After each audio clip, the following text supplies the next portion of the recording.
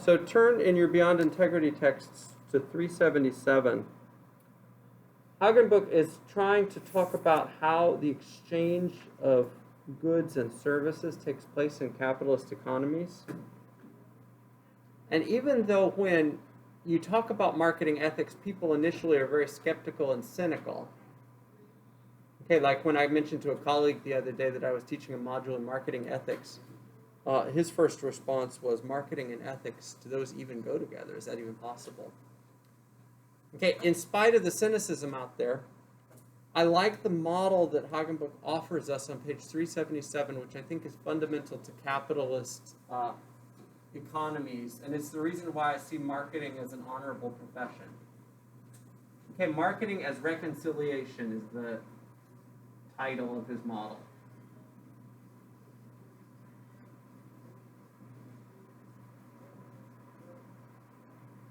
In any capitalist economy, there are going to be producers of goods and consumers of goods. Buyers or sellers and buyers.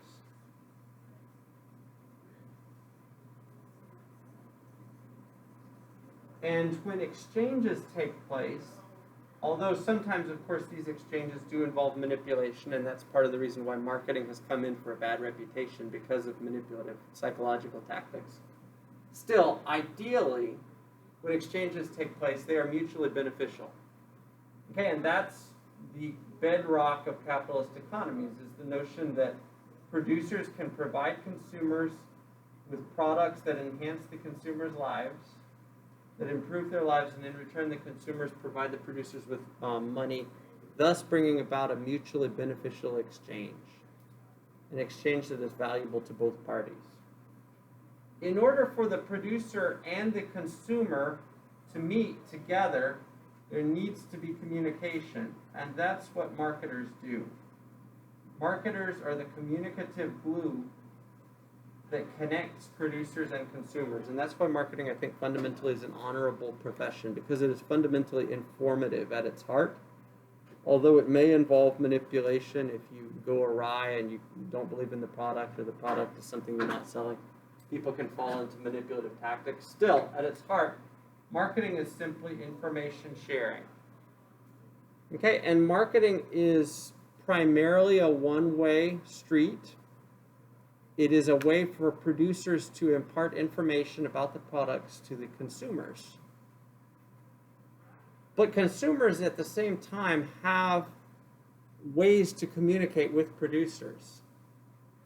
Okay, even though they don't hire a marketing arm like producers do in order to communicate in a capitalist economy, still consumers can let their opinions be known to producers of products. There are a couple or three different ways in which they do this. How do consumers inform producers about what they think of the products? Absolutely. That's the number one way. Bessie hit on the number one way right away. Okay? They vote with their feet. And the fact of purchases or non-purchases sends a message to producers. Okay, so the pricing mechanism itself serves as the consumer's way of talking to the producer of the product. If the price of milk at the grocery store, what's a gallon of milk these days? Was it like $3.50? $3? Does anybody even know? Oh, I guess I'm at HEB, so $3. My wife does the shopping too, so I have no idea what things cost. Okay, $2.50. If the price of milk were to go up to $4 and people were to continue buying at that price point, that would send a message to producers. If the price of milk were to go up, however, to just $3 and people were to stop buying, that would send a message to producers as well, namely the product is not as elastic as they thought, and they can't increase prices without limits. Okay, in addition to the pricing mechanism and the fact of purchases, how else can consumers communicate with producers?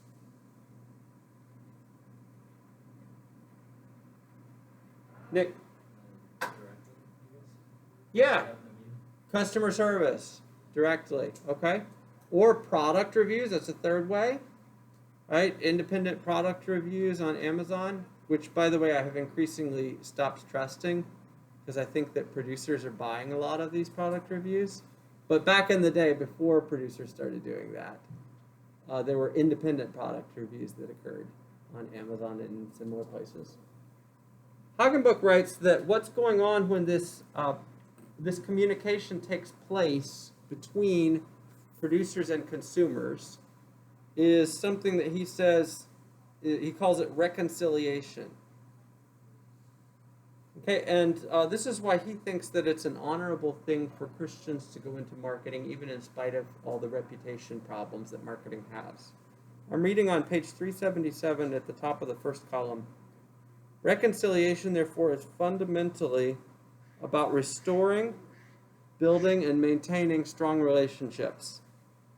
A Christian vocation, understood in the broadest sense, is one that supports reconciliation between oneself and God, oneself and others, others and God, and others and others.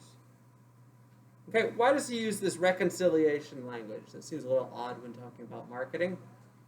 I think he uses this because when humans are not in communication with each other, there is a natural estrangement there. But the reconciliation involves communicating successfully, thus bridging the gap between strangers.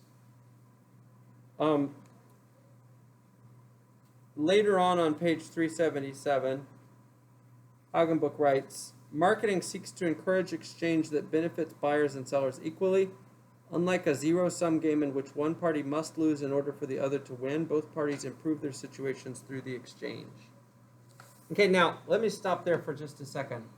That is the ideal, at least, in capitalist economies, is that there will be a mutually beneficial exchange. Okay, but often, in practice, marketing doesn't end up being that way. Okay, so let's look at some different potential relationships here.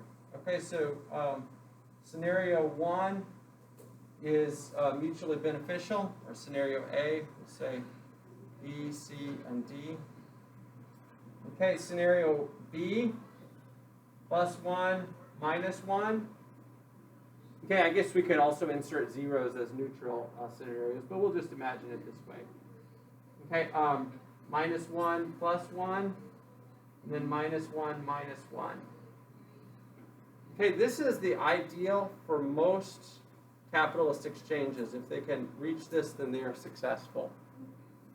And that's the reason, the core reason why marketing is an honorable profession in Hagenbuch's view and in my view. But all too often, what ends up happening, and the reason why marketing has a bad reputation, is because a lot of exchange scenarios end up being like scenario B here, where the consumer is led to believe that there will be some benefit that will accrue to him or to her, but in fact, actually, it's a bait and switch tactic, and it doesn't end up being that at all. Okay, we've all purchased products that malfunctioned quickly after the purchase. We've all entered into contractual relationships where we got stymied quickly because of the fine print. Okay, I mean, heck, I purchased jeans just recently from Walmart and the zipper broke as soon as I got home. Okay, now, fortunately, I was within the window so I could return that, but a lot of relationships in capitalism end up being like this, and that's when things break down.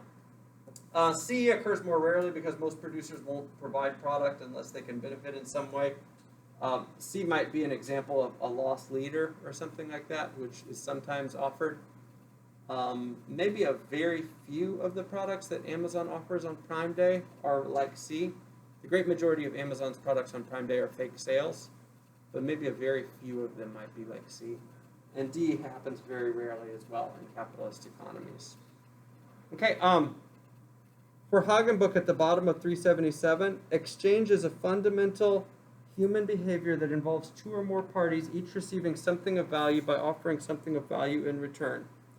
The parties participate in the transaction voluntarily because all expect to be better off as a result. Okay, and if you turn the page, how is this picture of marketing, this rather rosy picture of marketing, how does this fit in with the poor reputation that marketing actually has? Okay, look on page 378, second column. Given the inherent consistency between marketing and Christian vocation, Hagenbuch writes, why do so many people still believe that the discipline fosters estrangement, not reconciliation? Unfortunately, such attitudes are not entirely unfounded. The blame, however, does not rest with the fundamental tenets of the discipline, but with the actions that some people and organizations take under the auspices of marketing. Regrettably, some sellers, under the guise of marketing, promote exchanges that favor themselves disproportionately. And then he goes on to talk about what that actually means, and we'll discuss that in just a minute. Have you guys ever been hoodwinked real badly by marketing?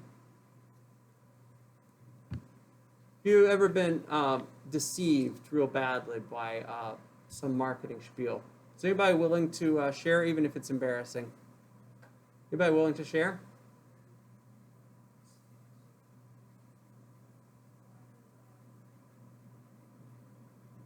Do you guys consider yourselves generally pretty immune to that sort of thing? No. Yeah, have you ever been deceived, like substantially deceived by a marketing pitch, marketing spiel, and are willing to share?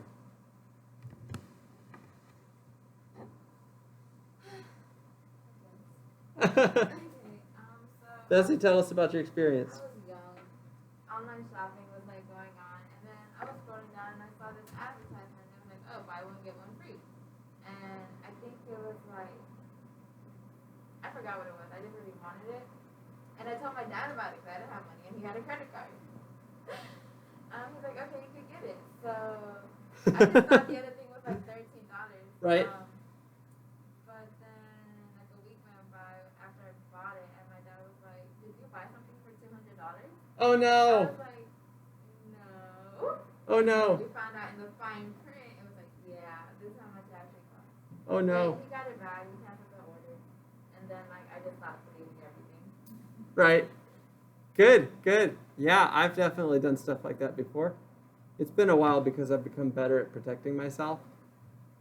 I'll share a funny one with you guys. So just this last week, my 1-year-old has found mommy's phone, and she's known how to like scroll on a smartphone for a while, but because of Amazon's one-click purchases now, she apparently ordered like a couple $100 worth of goods. Actually, it may have been $100 worth of goods. Yeah, but anyway, so my wife was in a panic, and she had to go back and like she canceled all the orders. And fortunately, it was still within the window. But yeah, all the devices are locked down now because of the fear of the kiddo. A lot of us, even if we aren't actually out and out deceived by marketing, still fall prey to some of the machinations that are used by marketers to bring about scenarios like B here. For instance, this one on 379, marketing encourages selling things to people that they do not need. One of the most common indictments of marketing theory is that it supports selling products to people that they do not need. Okay, I agree with that. I think that that's probably true. Is that a misconception like Hagenbuch says it is? Well, it's probably true, and probably at the same time not entirely a descriptively true statement.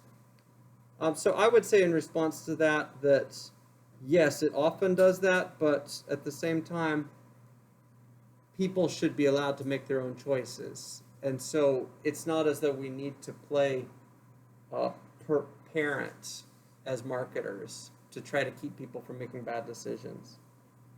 The second misconception, he says, marketing theory supports deception in order to get people to buy products. Again, I think that there's definitely truth there, but not all marketing is deceptive. And the third misconception on the next page, marketing theory suggests that a given product should be sold to everyone. If there's one thing that people really are annoyed by in America, it's the overabundance of advertising. It really drives people up the wall. It drives me up the wall. And I think it drives a lot of others up the wall too. A lot of that advertising could actually be eliminated because it's irrelevant to our lives. Targeted ads are the future for advertising, and I think it'll actually be much better in the future going forward when we get targeted ads in almost all of our lives, because I mean, heck, you turn on the radio and you might get a targeted ad in the future going forward, because that'll solve that problem. Okay, I want us to turn back to the first Hagenbuch article, though, and I want us to revisit a topic that I've already talked a little bit about on Thursday, but I want to approach it from a slightly different angle.